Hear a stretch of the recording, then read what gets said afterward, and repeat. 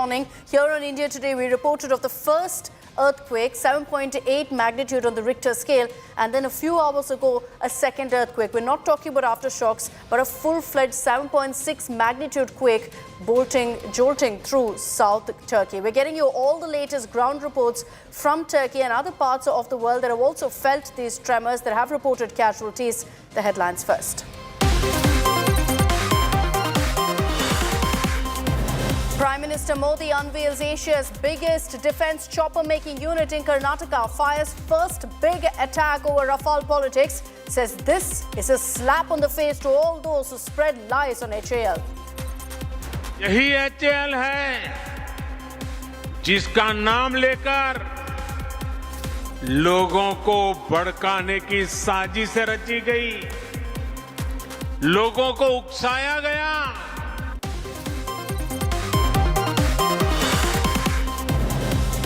Adani's storm rages in parliament after massive sloganeering by opposition. Both houses adjourned. Rahul Gandhi also targets Modi government. Congress stages pan-India protest.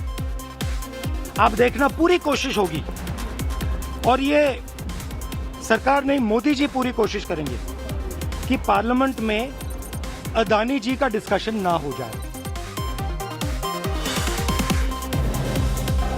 Siddaramaiah triggers big row, says Hindutva has scope for murder and violence. BJP accuses Siddaramaiah of speaking the language of tyrants like Tipu Sultan.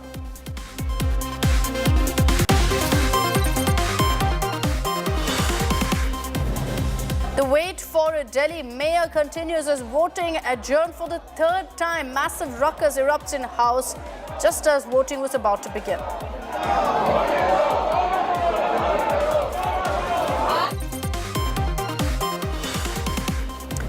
Death, destruction as second quake jolts Turkey in less than 24 hours. Nearly 1,500 dead. Tremors felt in Syria and Egypt as well.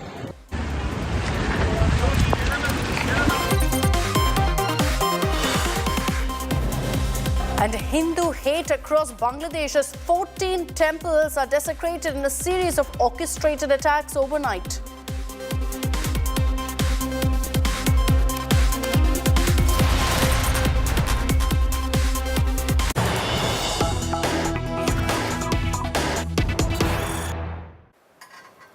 Let's get you all the latest updates coming in from South Turkey, where tragically right now the death toll has crossed 1,500. 2 earthquakes have been reported in a matter of hours in Turkey. Now it's not just Turkey but Syria also that's been hit badly by these earthquakes. 560 people are dead in Syria alone. The second quake of a magnitude of 7.6 on the Richter scale struck in southeast Turkey this afternoon, and it happened hours after an earlier quake. In Turkey time, it was at about 4:15 in the morning that the first quake had hit. Many people in their sleep had died because the buildings came crashing down. So far, rescue operations are still underway. Over 2,000 people have been rescued from the debris. The rescue operations also have been hit because of the second earthquake that's been reported in the area. All sorts of help and relief operations are underway. Countries are also scrambling to offer all possible help to Turkey, including India. Geeta Mohana, Foreign Affairs Editor, is joining us with more on this. What's happening in Turkey right now is heartbreaking, Geeta. As we speak, there was a second earthquake. Any idea about the kind of damage that's been reported as a result? Well, the damage is huge in terms of the reports that are coming in, trickling in. But in terms of loss of property or loss of lives, Akshita, it is certainly something that we'll have to wait in terms of the official word from from Turkey, and that certainly has not come. But it certainly is a huge we're talking about a huge magnitude of devastation. Both above 7 on the Richter scale. And while we were talking about it earlier, Akshita, the area that we're talking about is southeast Turkey, bordering Syria, Lebanon, and of course parts of Iraq also felt the tremors because very close to Syria and Turkey. That's the reason why there were tremors as well. And Cyprus, given it's in the Mediterranean Sea, and a lot of monitoring is happening whether if the 10 feet deep earthquake could have a tsunami-like situation in the Mediterranean Sea. Having said that, this is the very same area, Akshita, where a lot of Syrian refugees who fled Syria, entered Turkey, actually stay in. There are camps, refugee camps. We do not know in particular whether if refugee camps were hit or not. We do know that an umpteen number of buildings collapsed. So again, we'll have to wait and see what the situation is on the ground, but we are given to understand that the news is absolutely grim and that refugee camps or refugees living on the other side of the border, bordering Syria and Turkey, those Syrian refugees are also affected and impacted. So again, waiting for news, but it doesn't seem, it seems rather grim in terms of what the loss of property and the loss of lives are going to look like. Ultimately. You know, if anyone wants to wrap their head around the magnitude of this calamity, look at the death toll right now.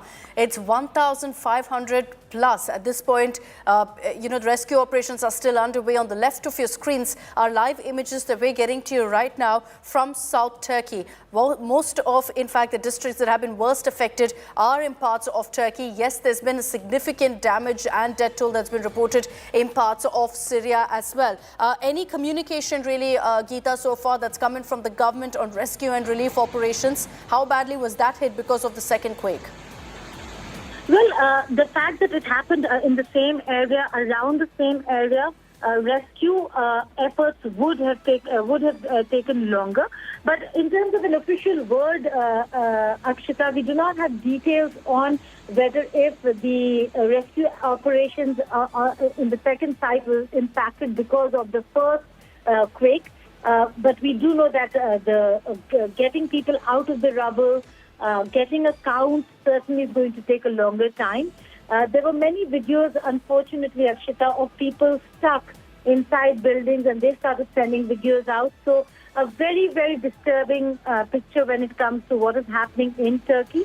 And while the magnitude in itself speaks volumes, what the Turkish authorities are doing, city authorities are doing are that one, the rescuers are at work. They're also using a lot of drone footage to see the extent of damage and where all should the rescuers be entering from, or how to approach damaged sites, because there could be people under rubble. So they are using a more advanced technology, Akshita. We know that in the past things were very difficult when countries face earthquakes of such huge magnitude. But they are trying to use more advanced technology. They're using drones. The rescue operations and efforts are underway. But again, there are many buildings have fallen. And it will take a while for them to completely clear out the rubble, or for that matter, rescue anybody who's stuck or stranded under those collapsed buildings. Very true. And, you know, the people there would have largely been prepared for aftershocks. Usually, after an earthquake of this magnitude, there are aftershocks, but nothing would have prepared them for another massive earthquake of 7.6 magnitude on the Richter scale, hitting them just hours later. Geeta, stay on with me. I'll keep coming back to you for the latest updates. But horrifying images that have been coming in right now from South Turkey as well as Syria that shows you the extent of damage that has been wreaked in these parts because of these particular earthquakes. Let's round up for you all the updates.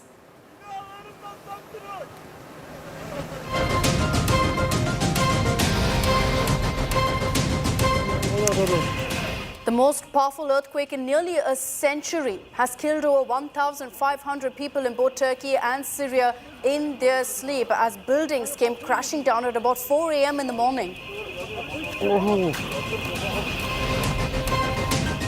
The 7.8 magnitude quake wiped out entire sections of major Turkish cities in a restless region filled with millions of people. Number of buildings were completely knocked down, as you can see on your screens there, roads filled with debris. Natural gas pipelines in Turkey burst under the force of the powerful earthquake. This video shows pipelines burning up, all flames in the air with plumes of smoke also going up. Rescue workers and local residents have come together. In this footage, you can see them frantically searching for survivors under the rubble of crushed buildings in multiple cities. A little girl was pulled out of that debris from the tiny hole that they drilled through. Hundreds of people are still trapped under the debris. The search for survivors continue right now, challenged no doubt because of the second quake that's jolted the area.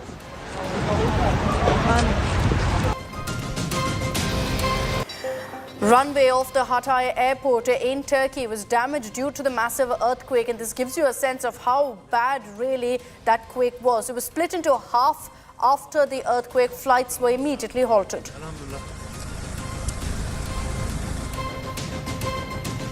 These images are from Iskenderun in Turkey, where there's devastation and destruction because of the earthquake.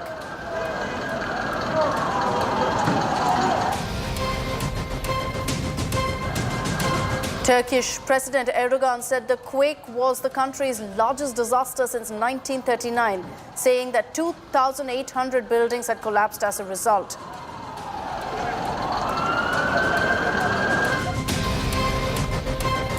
There were at least 20 aftershocks felt after the first earthquake. The earthquake was so powerful that its tremors were even felt in Lebanon, in Cyprus, Greece, and in Israel. Prime Minister Modi has offered all possible assistance to Turkey. India is all set to send 2 teams of NDRF with 100 personnel, as well as specially trained dog squads and necessary medical equipment to help Turkey in this time of crisis.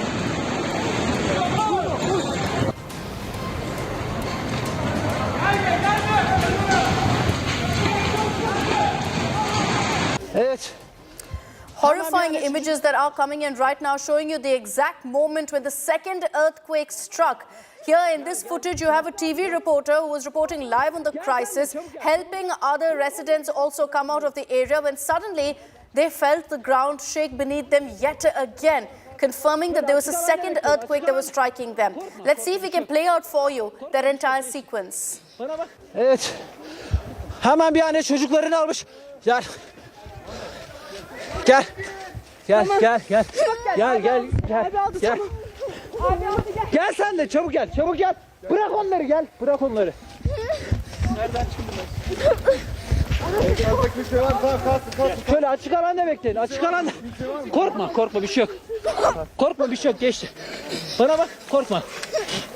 Bana bak, bir şey yok. Bana bak, iyisin. Tamam, korkma, geçti. Tamam. Evet, artçı sarsıntılar devam ediyor. Oraya doğru geçmeyin. Hemen annenin yanına gelsen. Geç. Evet. Artçı sarsıntının ardından. Görmüş oldum. Evet.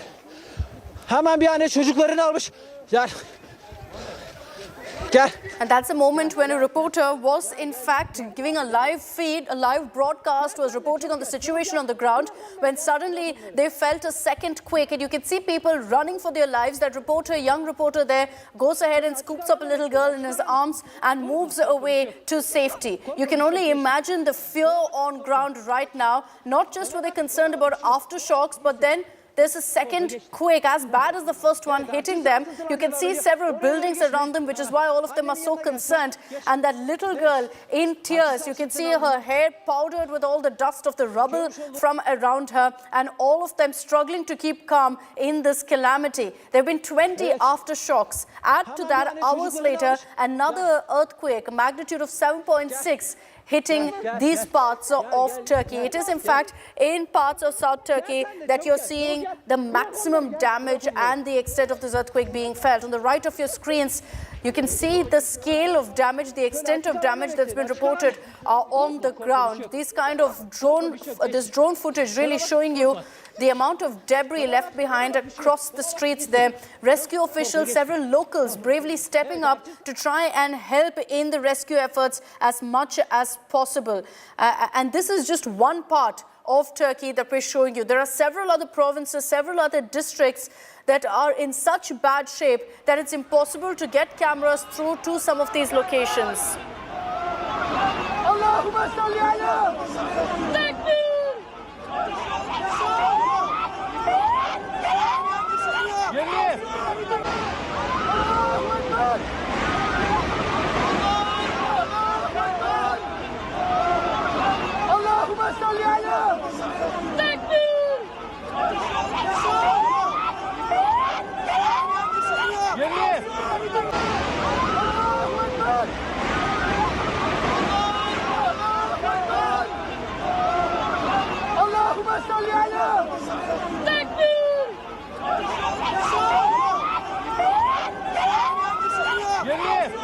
Sonra vatandaşları da görüyorsunuz. Deprem oluyor gene.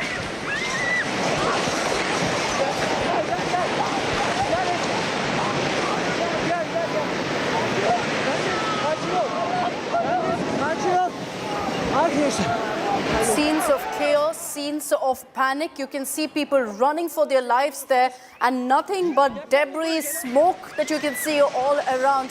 People unsure of how to react. This is the moment when the second earthquake struck. You can see locals in an absolute panic running for their lives, unsure of where they can really go for safety as well. Many of these people were evacuated, but there were a lot more who were still stranded in the area. Look behind, look at that footage when you can see the camera person and this reporter running for their lives along with the locals. He turns around and you can see behind also buildings have collapsed. There's dust right up in the air. Impossible for people to even see through if, by God's grace, they've escaped from that kind of a building collapse. And all of this while rescue efforts were underway, when suddenly, after 20 aftershocks, imagine that, viewers, that everyone thinks the worst is behind them, and then you have another earthquake, equal magnitude as the first one, hitting that very spot. It was so bad, the earthquake's intensity reaching a magnitude of 7.8, 7.6 to 7.8 between the two earthquakes, that it was felt in neighboring countries as well, in Lebanon, Cyprus, in Israel, Syria. Of course, there have been several casualties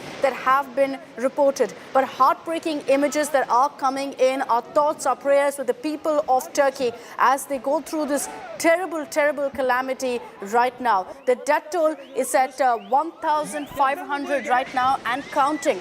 Tragically, we cannot confirm the exact numbers right now because the rescue operations are still underway on the ground. We can only hope and pray that all those who are stuck under the rubble, under the debris, can be actually pulled out at the earliest. But what will no doubt hamper all rescue efforts is these aftershocks, these tremors, and these massive quakes that are still being felt in parts of Turkey.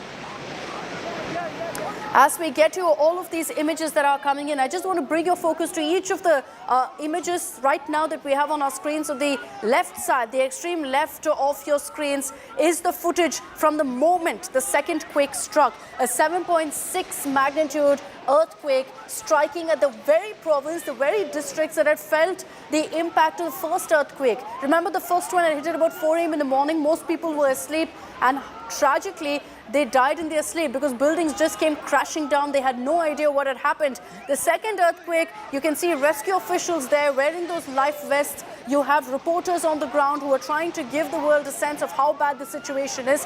But suddenly the second quake strikes and everyone in a panic is running for their lives. A brief moment, you see the camera person pan there, and you can see all around the camera person, there's nothing but thick plumes of dust, possibly from the collapse of more buildings in the area. These buildings hopefully were already evacuated, but there were many people who were still on the streets. You can see in the center of your screens there footage of how amid all of the relief and rescue work that was underway, suddenly a building, and watch to the right there of that particular footage, you can see a building crashing down there in a spot where already several buildings had collapsed. And that is a serious concern right now for residents, many of whom have evacuated these buildings. But you can hear all of the chaos, the panic in their voices as they are unsure of which way to go, which part of their city, their home is actually safe. And on the extreme right of your screens, we're showing you the drone footage that gives you a sense of the scale of damage that's been reported. It's going to take months, tragically, for people here to get back to normal life, to get back to their homes, to get back to their cities, because there are right now mountains of debris. And I'm not exaggerating when I say this, because you see that on your screens. There are mountains of debris that's piled up now in these parts of Turkey. Heartbreaking to say the least. This is the biggest story of the day, and that's why here on India Today we're getting you the latest updates that are coming in from South Turkey. We've been in fact tracking the latest updates. 1,500 plus who have died, over 5,000 who've been injured as well. And besides these parts of Turkey, in Syria also, there have been reports coming in of massive damage that's been reported, which means that there too the death toll has gone up. It's about 500 and counting right now. In fact, the Turkish President Erdogan has appealed for all possible help, and besides that has also confirmed that over 3,000 buildings have come crashing down so far. musun? Maçlarda görüyorsunuz. Deprem oluyor gene.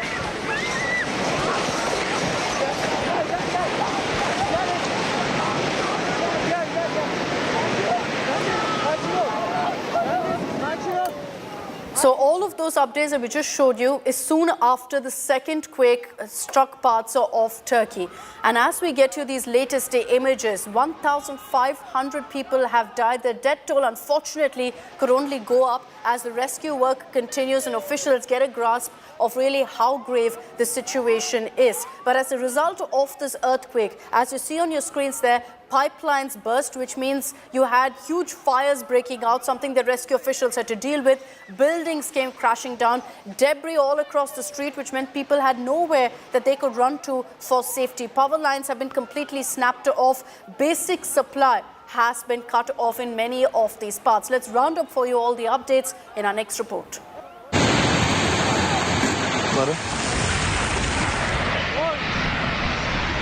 A massive earthquake struck Turkey and Syria in the early hours of Monday. Hundreds died in their sleep as the earthquake, measuring 7.8 on the Richter scale, jolted the region, with cities in Israel even feeling the tremors. The epicenter of the quake that struck at 4:17 a.m. was near Gaziantep, a city in southern Turkey. The earthquake lasted about a minute, brought down buildings in many cities in the region, including Kahramanmaras, Sanliurfa and Iskenderun. Some of these cities shelter Syrian refugees who fled the civil war there. According to Turkish officials, 17 buildings collapsed in the southeastern province of Diyarbakir. Thousands are feared trapped under the rubble left behind by the Templar.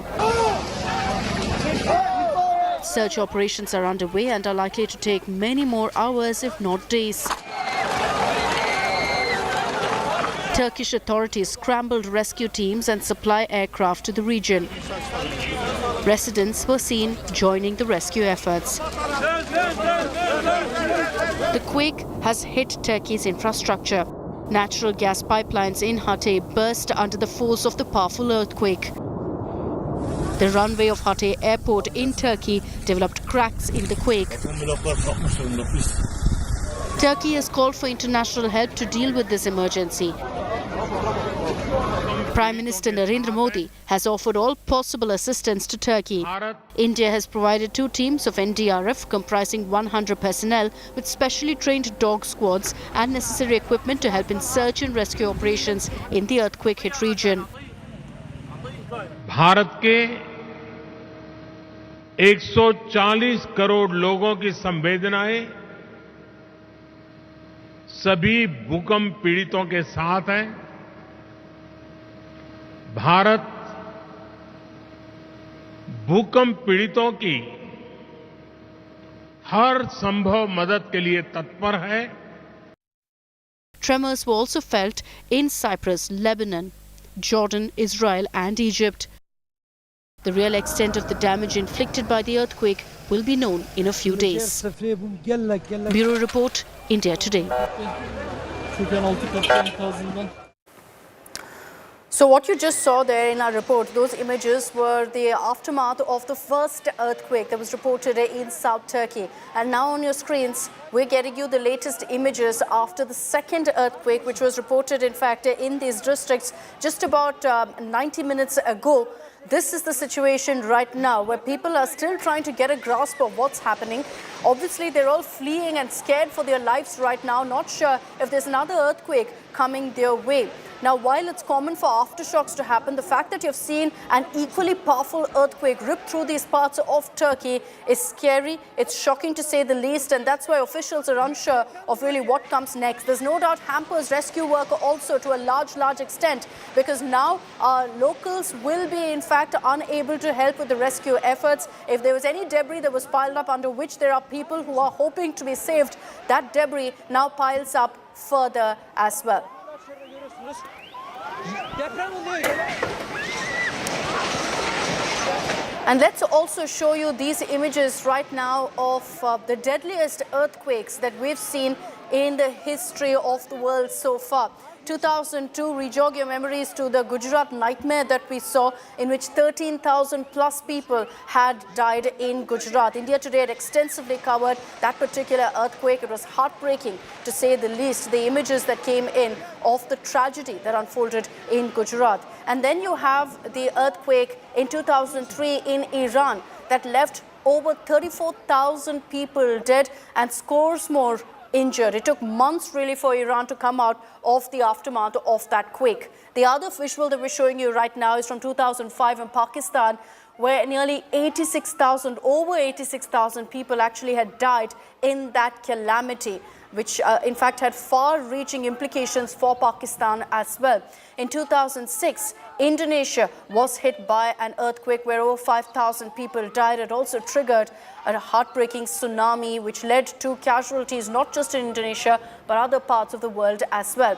In 2008, China, in Sichuan, there was a massive earthquake, 69,000 people dead. Those were the known deaths that were reported. Experts suggest that the number was a lot more. But by far the worst calamity to ever hit the world as far as earthquakes, the deadliest earthquake ever, was in Haiti in 2010, when in fact the death toll went up to over 3 lakh and counting. That by far was the worst earthquake that we've ever been inflicted by. And then there's the latest one in Turkey. This year, when you're seeing, in fact, over 1,500 dead, the death toll possibly could go up in the coming hours and days.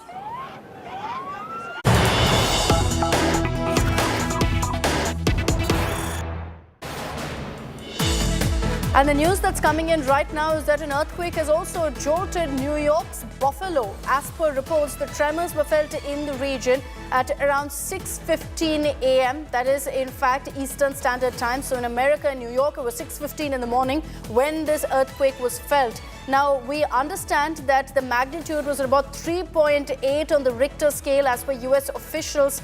So it doesn't look like there would have been any substantial damage. But there were people, locals in New York, who definitely felt the quake. The United States Geological Survey, the USGS, has also confirmed that this earthquake did occur in parts of New York, particularly in the Buffalo region. It is said that the epicenter of the quake was in West Seneca. The tremors were 3 kilometers in depth. Note that these tremors have happened after 2 massive earthquakes that hit Turkey. So we're going to continue getting you all the latest live updates coming in from Turkey, along with ground reports of the situation there, our thoughts and prayers with the people of Turkey. I'm slipping into a short break here on 6 p.m. Prime. We're focusing on the big national stories of the day on the other side. There's a massive controversy over the appointment of a judge in the Madras High Court. What is this all about? It's even reached the CJI. We'll tell you in just a bit.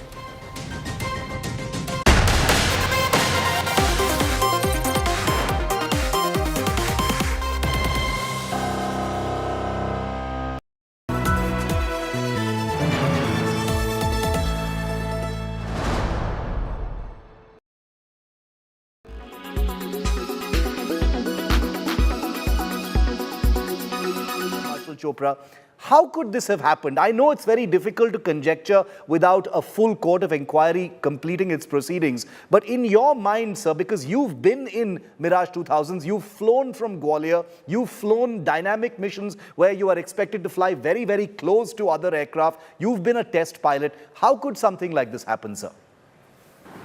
Yeah, Chip, first I must tell you that as you have brought out some facts already, that, the aviation over the years has become much, much safer. We know in the First and Second World War, there used to be thousands of aeroplanes in the same area, and yet there were not so many collisions.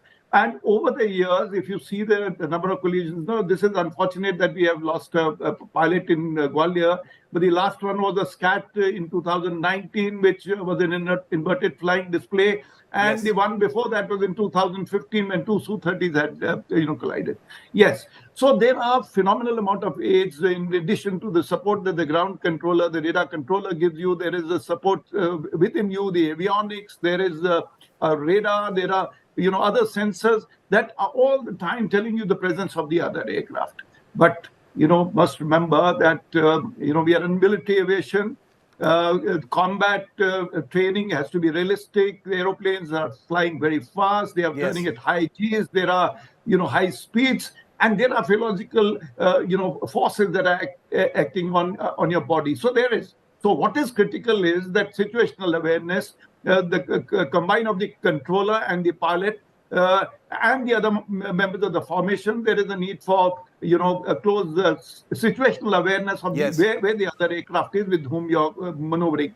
But again, as I must say that, in this particular case, in Gwalior, this Mirage 2000 aircraft and the Su-30 that are reportedly have collided, details are still not known, and any conjectures may not be absolutely correct.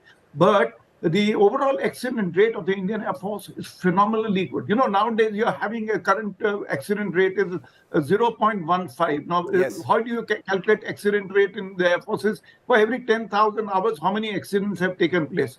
So the rate is very good. You will recall that in the 1990s, we were losing close to 20 aircraft a year or even more. And the rate was much higher. And nowadays, we have come down to between 10 and 20. And there are many years when you have got less than, 10 aircraft, accidents. And among them, the mid-air collisions are very, very far and very, very few, despite, such high-performance aircraft like.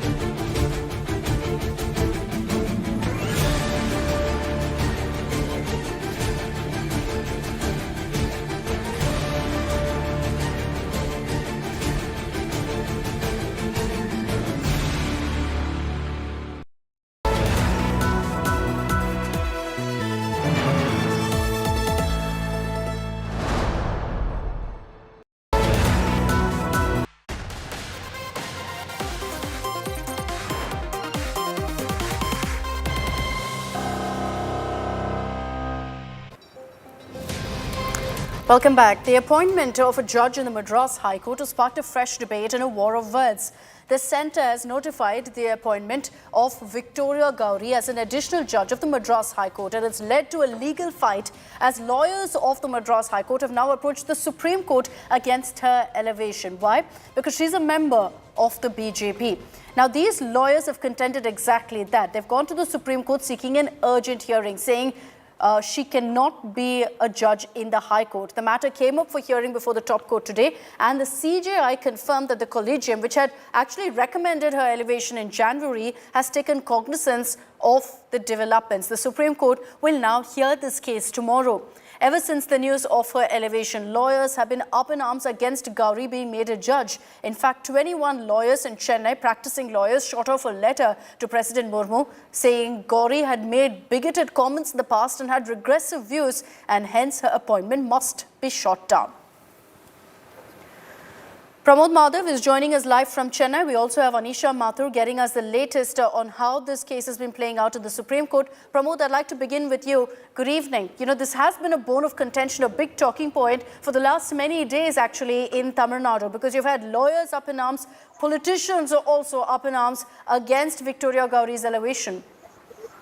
Absolutely, Akshita. Good evening. And the thing is that it was first brought in to the notice by All India Lawyers Union, and we also spoke to the the CPM state secretary, who are all claiming they're absolutely shocked. And the only thing they are bringing against Gauri, Victoria Gauri, is that they state that there are evidence on social media of hate speech by Victoria Gauri that is against Christian community and Muslim community. This is what they claim to be a content against her becoming an additional judge. But the interesting factor here is that as they were trying to appeal in the Supreme Court itself, her appointment notification was given. And this is where they claim they're completely shocked over it. They claim that they are not against any lawyer being made a judge. But the problem here is that they believe that Victoria Gauri is a member of the BJP party, and how she could be made a judge even after there is evidence of her having hate speech or kind of words against a certain community. This is True. There are two argument points of from the contention opposition that they've raised. One is about these so-called hate speeches, which they were also, in fact, put out widely from YouTube, etc., of interviews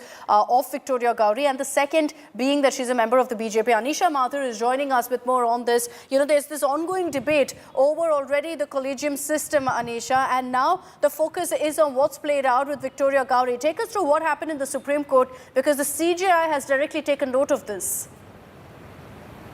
Well, yes, Akshita. Now, interestingly enough, at 12:12, when the Law Minister Kiren Rijiju tweeted that 13 names for various high courts had been cleared, just minutes after that, at 12:14, this matter was mentioned before the Supreme Court of India. Now, of course, there is no correlation between the timeline as such, but the matter was mentioned before the Supreme Court of India, saying that there are serious objections to this particular appointment. Now, what the petitioners have said, and these are three lawyers from the Madras bar who have raised, as our colleague was also saying, two lines of arguments. One, that there are hate speeches that have been given by Victoria Gauri, who is now has been elevated. Her notification has come for elevation to the High Court. Secondly, that she is an office bearer of the BJP in Tamil Nadu, and therefore what the petition says in the Supreme Court is that her speeches violate Article 15, which is the therefore, she is not qualified to be a judge of the High Court. Let's see what happens really in the Supreme Court. For the moment, I've run out of time. Thanks, Anisha and Pramod, for joining us. I'm slipping into a short break here on 6 p.m. Prime. Coming up on the other side, we're rounding up what happened in Parliament for you. Both in Parliament and outside, protests breaking out over the Adani controversy.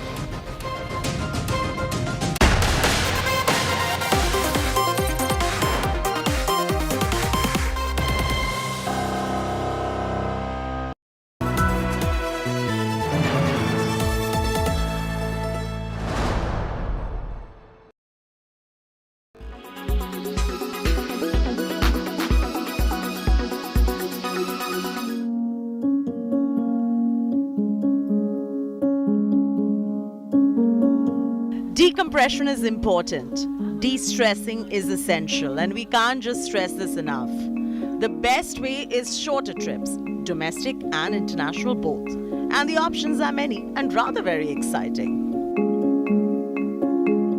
Maldives is constrained for 4 nights in a hotel, but Sri Lanka's experiences, whether you have the commercials to spend or whether you don't have commercials to spend.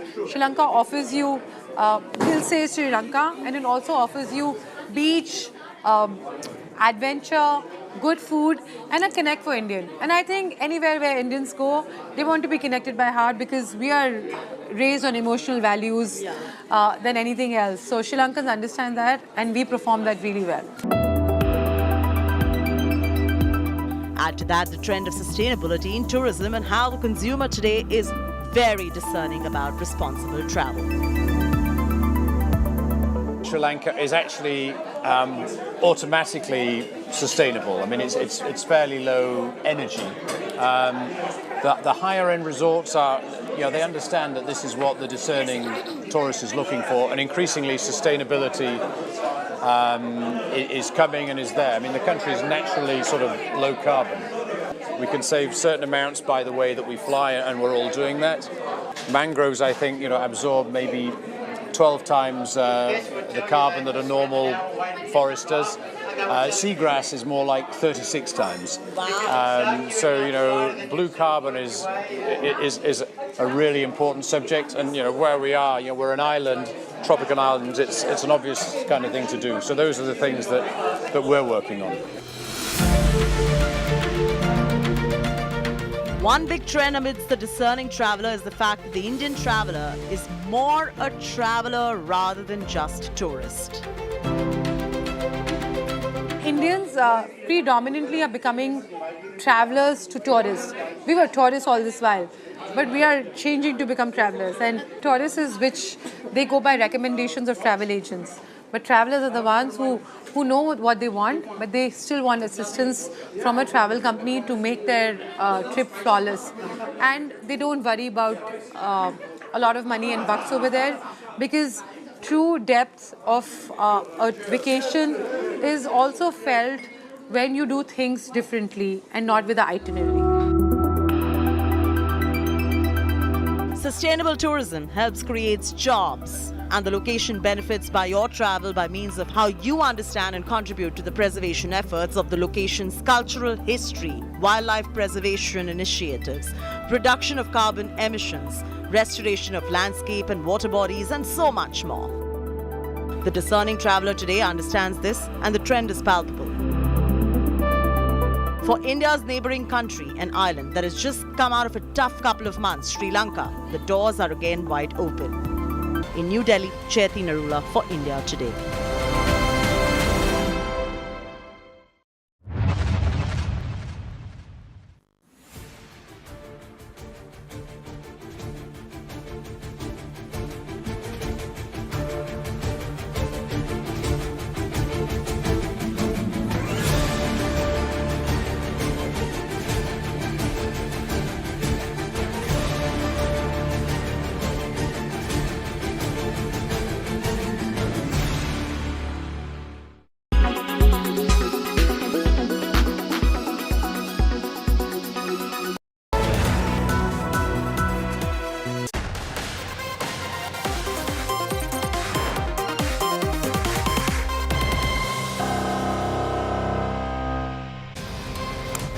Welcome back. Siddharth Malhotra and Kiara Advani are all set to tie the knot on February 7th at the beautiful Suryagarh Palace in Jaisalmer.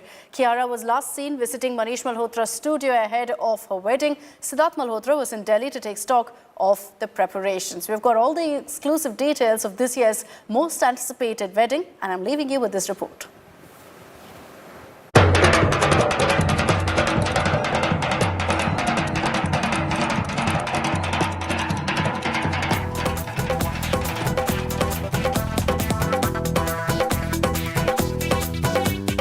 Wedding bells are ringing louder than ever as Bollywood's it couple is finally ready to say their I do's.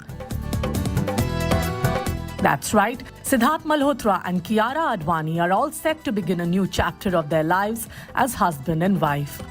The most anticipated wedding of 2023 is happening in Jaisalmer, Rajasthan. India Today sources reveal that the couple was quite keen on having their wedding in the month of love. You guessed it right, February is the month of lovers all across the world to celebrate, and Sid and Kiara chose the same to take their relationship to the next level. The duo will tie the knot on 7th February at Suryagarh Palace Hotel.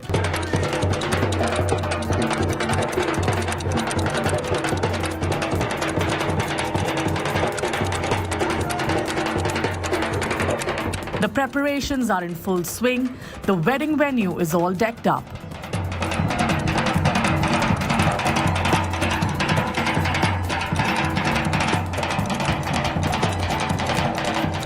The guests are welcomed with Rajasthani folk dance and music. It's finally happening. The Sher Shah couple is only hours away from becoming husband and wife. And as the festivities are to begin today, the bride-to-be had already reached Jaisalmer.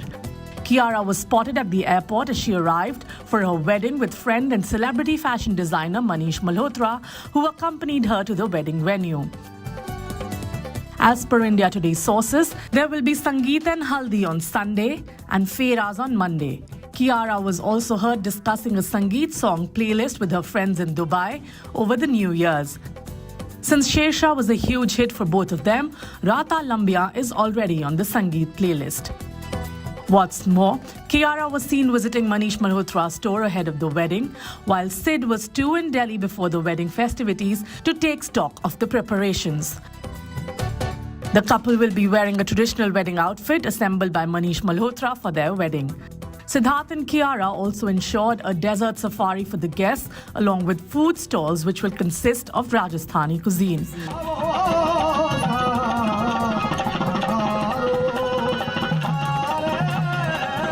The guests will even be treated to the wonderful Rajasthani folklore performances by the Manganiyar artists beneath the Rajasthani skyline.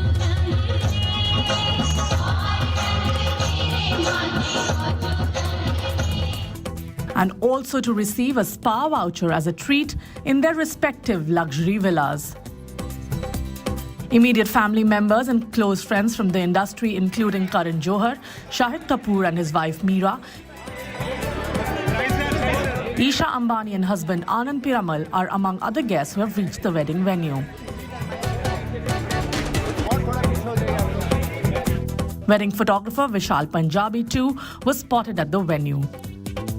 While it's going to be an intimate wedding, the couple has planned to host 2 receptions, one in Delhi and another for the film industry friends in Mumbai. Entertainment Bureau, India Today.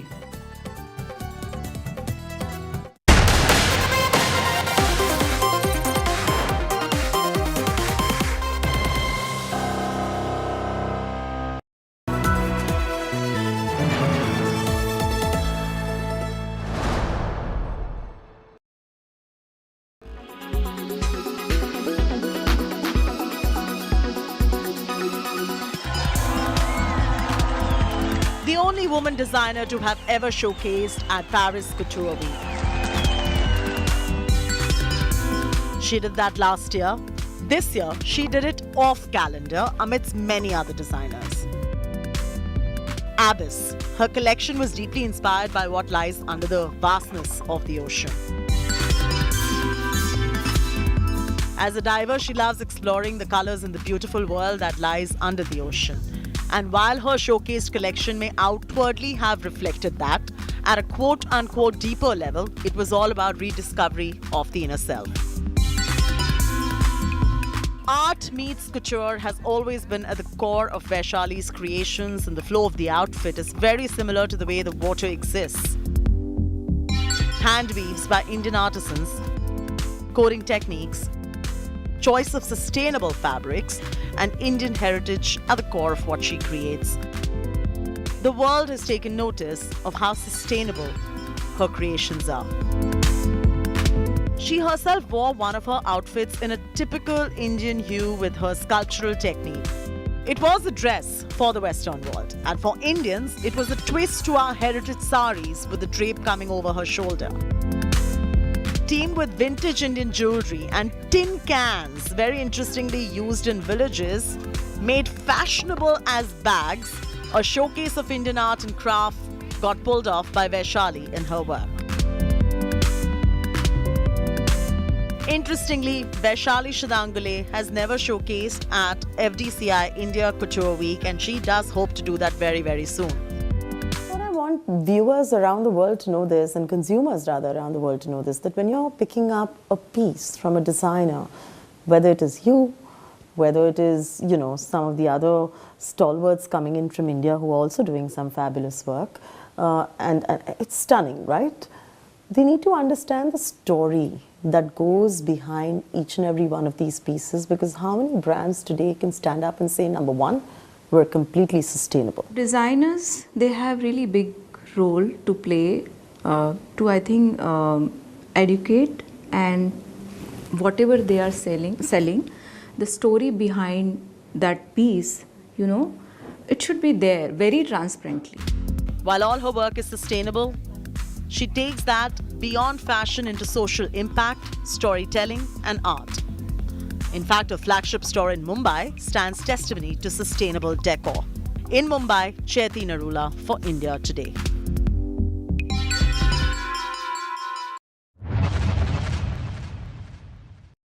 congratulations on this good set of numbers that you've reported. Your own take, was it in line with your expectations or better than your expectations? And also, what were the key factors that really supported the bottom line? As you know, we were the first ones in the life insurance space to do a M&A, and we had guided the street that we will be margin neutral about a year down the line, but very happy to share that we are already at margin neutrality, which means that the combined entities margins, new business margins are in line with where we were last year, and from here on we will continue to build that upwards. So slightly ahead. Apart from that, very happy in terms of whether it's in top line. We have grown faster than the sector at 17%. And all the elements of growth, our agency channel, their share has grown from about 14% to 18%. Annuity has trended upwards above 60%. Protection sequential growth has been about 13-14%. Credit life has grown upwards of 50%. And hence, because of all of this, this has not surprisingly resulted in fairly healthy margins and also a healthy PAT, like you mentioned, of over 15% growth. What are the trends that you're already witnessing? 20th of January already here, in January, and for the entire FY23, can we safely say it's going to be a good growth year for HDFC Life? Yes, it's going to be a holistic year. Good growth in profitability, very steady in terms of quality of business, in terms of persistency.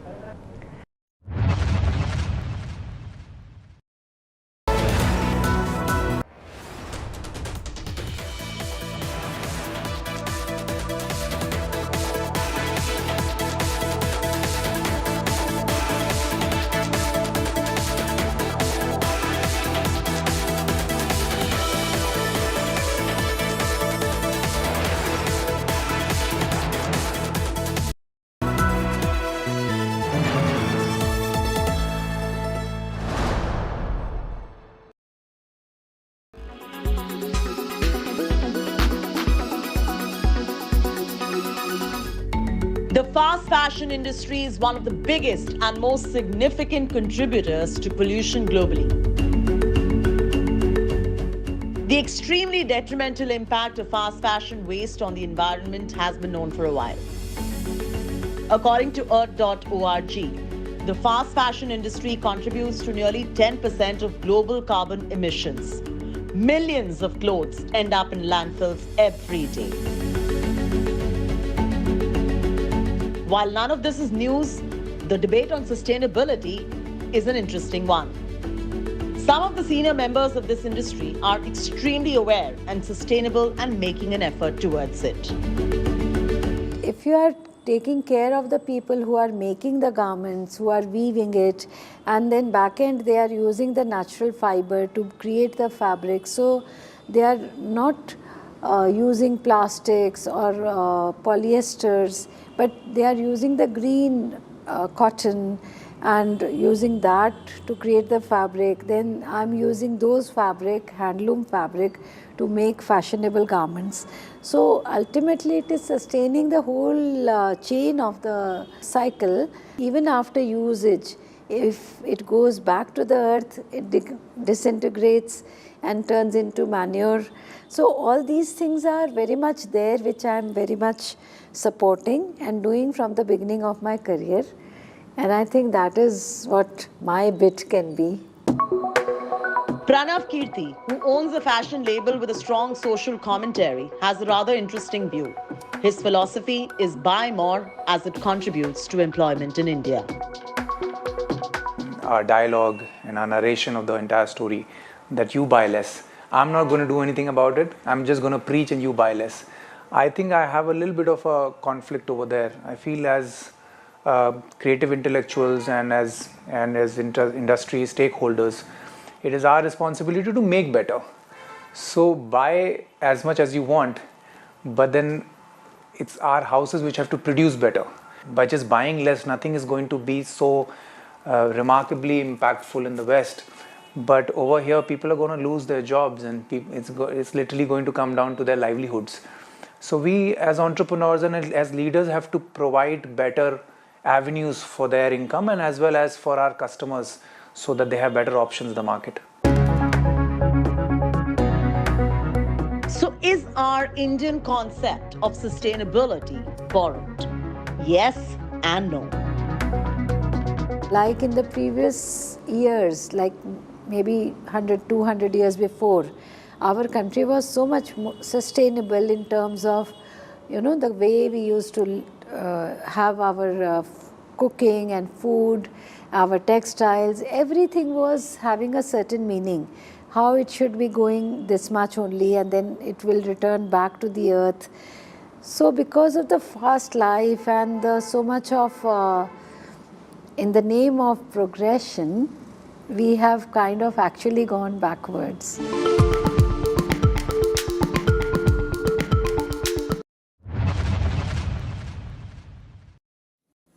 Volkswagen Tiguan, India's safest SUVW.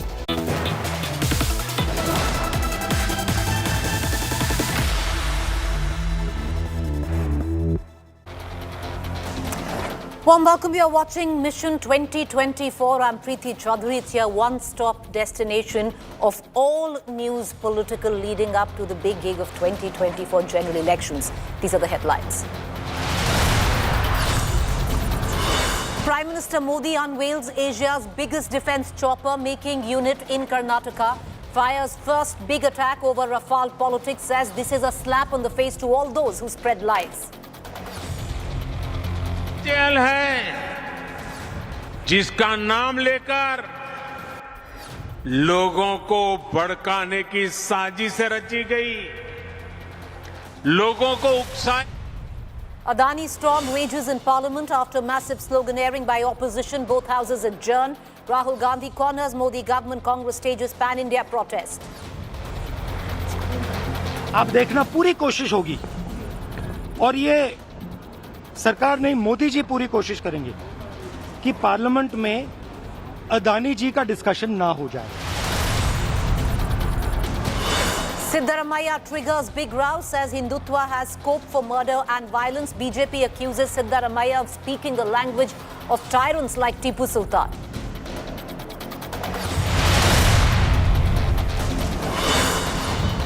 Delhi's wait for its civic body head continues 2 months after polls. Still no mayor for MCD. Elections called off for the third time today. Death and destruction as a third quake jolts Turkey in less than 24 hours. Over 1,600 dead. Tremors felt in Syria and Egypt. Gel sen de çabuk gel. Çabuk gel. Bırak onları gel. Bırak onları. Unrest across Bangladesh as 14 temples were desecrated in a series of orchestrated attacks.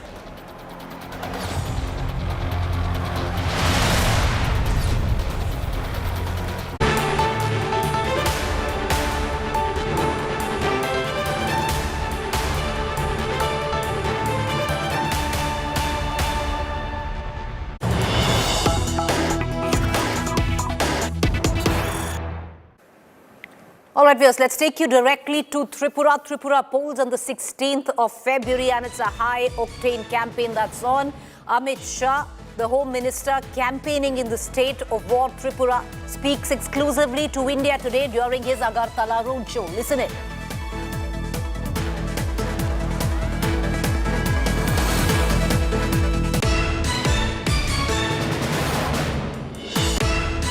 Tripura में mega rally कर रहे हैं अमित शाह और उन्हीं के इस truck में हैं हम लोग और बात करेंगे सर से. सर, आप बीजेपी एकमात्र पार्टी है जो सबसे ज्यादा सीटों पर चुनाव लड़ रही है और कोई पार्टी इतने सीट पे नहीं लड़ ले. क्या आपको लगता है कि अकेले ही आप सरकार बना लोगे? हम गत चुनाव से ज्यादा वोट से सीटों के साथ त्रिपुरा में मोदी जी के नेतृत्व में सरकार बनाएंगे. सर, इस बार जो सबसे दूसरा जो नाम आ रहा है सामने वो त्रिपुरा मोता का है. क्या आप त्रिपुरा मोता को सीरियसली ले रहे हो?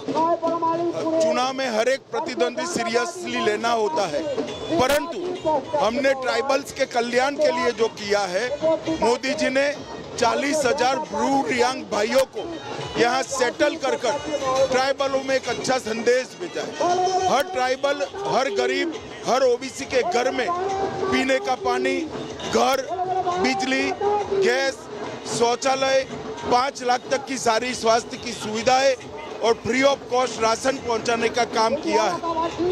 2.5 दशक के कम्युनिस्ट शासन में ये कभी नहीं हुआ। पूरा ट्राइबल उत्साह के साथ मोदी जी के साथ है, हमारे मुख्यमंत्री के साथ है, भारतीय जनता पार्टी के साथ। त्रिपुरा मोदा का सेटिंग है, आपने कहा है कांग्रेस और लेफ्ट के साथ। जब हम 50% से ज्यादा वोट प्राप्त करते हैं, कोई सेटिंग काम में नहीं आता है। एक लास्ट सवाल आपसे, क्या इस चुनाव में ममता बनर्जी फैक्टर है, वो भी कैंपेन करें? हर एक व्यक्ति ने चुनाव लड़ने का अधिकार है, हर कोई लड़ सकता है। All right, viewers, it's battleground Tripura. Amit Shah campaigning in Tripura there. It's a battle of prestige for the Bharatiya Janata Party to keep control of Tripura. Will the tribal vote on which that the Bharatiya Janata Party had come to power the last election still stick with the Bharatiya Janata Party? On the other hand, Mamta Banerjee is also in Agartala at the same time as the Home Minister. It's imperative, it's trial by fire for the TMC. If the TMC is going to go ahead with what it wants in terms of its national ambition, it would need to leave a big footprint when it comes down to Meghalaya and Tripura. I want to cut across right now. All right, let's quickly listen in to Amit Shah. Tripura में mega rally कर रहे हैं अमित शाह और उन्हीं के इस truck में हैं हम लोग और बात करेंगे सर से। सर, आप बीजेपी एकमात्र पार्टी है जो सबसे ज्यादा सीटों पर चुनाव लड़ रही है और कोई पार्टी इतने सीट पे नहीं लड़ ले। क्या आपको लगता है कि अकेले ही आप सरकार बना लोगे? हम गत चुनाव से ज्यादा वोट से सीटों के साथ त्रिपुरा में मोदी जी के नेतृत्व में सरकार बनाएंगे। सर, इस बार जो सबसे दूसरा जो नाम आ रहा है सामने वो त्रिपुरा मोदा का है। क्या आप त्रिपुरा मोदा को सीरियसली ले रहे हो? चुनाव में हर एक प्रतिद्वंदी सीरियसली लेना होता है, परंतु हमने ट्राइबल्स के कल्याण के लिए जो किया है, मोदी जी ने 40,000 ब्रू रियांग भाइयों को यहाँ सेटल कर ट्राइबलों में एक अच्छा संदेश भेजा है। हर ट्राइबल, हर गरीब, हर ओबीसी के घर में पीने का पानी, घर, बिजली, गैस, शौचालय, 5 लाख तक की सारी स्वास्थ्य की सुविधाएं और फ्री ऑफ कॉस्ट राशन पहुंचाने का काम किया है। 2.5 दशक के कम्युनिस्ट शासन में ये कभी नहीं हुआ। पूरा ट्राइबल उत्साह के साथ मोदी जी के साथ है, हमारे मुख्यमंत्री के साथ है, भारतीय जनता पार्टी के साथ। त्रिपुरा मोदा का सेटिंग है, आपने कहा है कांग्रेस और लेफ्ट के साथ। जब हम 50% से ज्यादा वोट प्राप्त करते हैं, कोई सेटिंग काम में नहीं आता है। एक लास्ट सवाल आपसे, क्या इस चुनाव में ममता बनर्जी फैक्टर है, वो भी कैंपेन करें? हर एक व्यक्ति ने चुनाव लड़ने का अधिकार है, हर कोई लड़ सकता है। All right, viewers. So if there is Amit Shah, the Home Minister, campaigning for the Bharatiya Janata Party in Tripura, then there is also Mamta Banerjee, who is also campaigning in Agartala. Listen in to Mamta Banerjee as well. যে যখন কেউ ছিল না, বিজেপির একতরফা অত্যাচার চলছিল এখানে, সে সময় তৃণমূল কংগ্রেস একমাত্র, ইভেন সাংবাদিকরাও দেখেছেন কিভাবে সাংবাদিকদের উপরও সে সময়টা অত্যাচার হয়েছে। আমাদের লোকেদের উপর আক্রমণ হয়েছে, এমপিদের গাড়ি ভেঙে দেওয়া হয়েছে। কারণ আমি আগেও ত্রিপুরায় যখন প্রথম কংগ্রেস এলো, সেই সময়টা তো সন্তোষ মোহন দেব, মনোরঞ্জন ভক্ত আর আমি